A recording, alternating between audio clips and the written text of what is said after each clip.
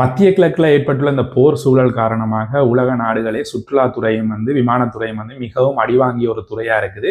இதுக்கு மத்தியில இலங்கையில நடந்திருக்க முக்கியமான 2 திருப்புமுனையான விடயங்களை தான் இந்த வீடியோவில் பார்க்க போறோம். வீடியோவை தொடர்ந்து பார்க்கறதுக்கு முன்னால வியான்சா பிளேன்ஸ்போர்ட் சேனலை சப்ஸ்கிரைப் பண்ணாம பார்த்து கொண்டிருக்கீங்கன்னா சப்ஸ்கிரைப் பண்ணிக்கொள்ளுங்க. இலங்கையில விமானத்துறை சார்ந்த செய்தியையும் தகவல்களையும் உங்களோட பார்வையை கொண்டு வரதுக்கு இருக்கிற ஒரே ஒரு சேனல் வியான்சா பிளேன்ஸ்போர்ட் சேனல் மட்டும்தான். மத்திய கிழக்கு நாட்டில் ஏற்பட்டுள்ள போர் சூழல் காரணமாக நிறைய விமான பயணங்கள் செய்யப்பட்டிருக்குது. நிறைய பாதைகள் மூடப்பட்டிருக்கு. இதற்கு மத்தியில 2 நிறுவனங்கள் இலங்கைக்கான விமான பயணத்தை ஆரம்பிக்கிறதா அறிவிச்சு பயணத்தையும் சிறப்பாக ஆரம்பிச்சிருக்கலாம்.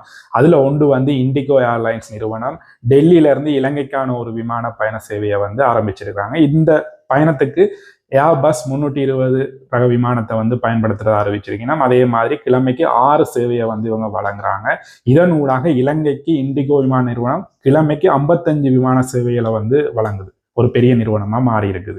அதுக்கு அடுத்ததா 2வதா மலேசியாவில் இருக்கிற ஒரு ஏர்லைன்ஸ் நிறுவனம் பட்டிக் ஏர் என்ற ஒரு நிறுவனம் மலேசியா டு இலங்கைக்கான ஒரு விமான சேவையை ஆரம்பிச்சிருக்காங்க. இவங்க கிழமைக்கு 4 விமான சேவையை வழங்குறதா கூறியிருக்கணும். அது மட்டும் இல்லாம இந்த பயணத்துக்கு போயிங் 737-800 ரக விமானத்தை பயன்படுத்துறதா அறிவிச்சிருக்கணும். இந்த 2 பயணப்பாதைகள் ஆரம்பிச்சிருக்கிற உண்மையிலேயே ஒரு பெரிய விஷயம் இல்லை. ஆனா இதுக்கு பின்னால இருக்கிற விடயம் தெரியாட்டி இது ஒரு பெரிய விஷயமா தெரியாது. இரு நாட்டுக்கு இடையில கனெக்டிவிட்டி அதிகரிக்கிறது நல்ல ஒரு வர்த்தகத்துக்கு முக்கிய ஆதாரமா இருக்குது. அதுபோல சுற்றுலாத்துறைக்கு மிக முக்கியமான ஒரு ஆதாரம். மத்திய கிழக்கு நாட்டில் ஏற்பட்ட அந்த போர் சூழல் காரணமாக ஏற்றுமதியும் இறக்குமதியும் அவ்வளவோ அடி வாங்கியிருக்குது. அதுபோல சுற்றுலாத்துறையும் பெரிய அளவில் அடி வாங்கியிருக்குது பல நாடுகளுக்கு.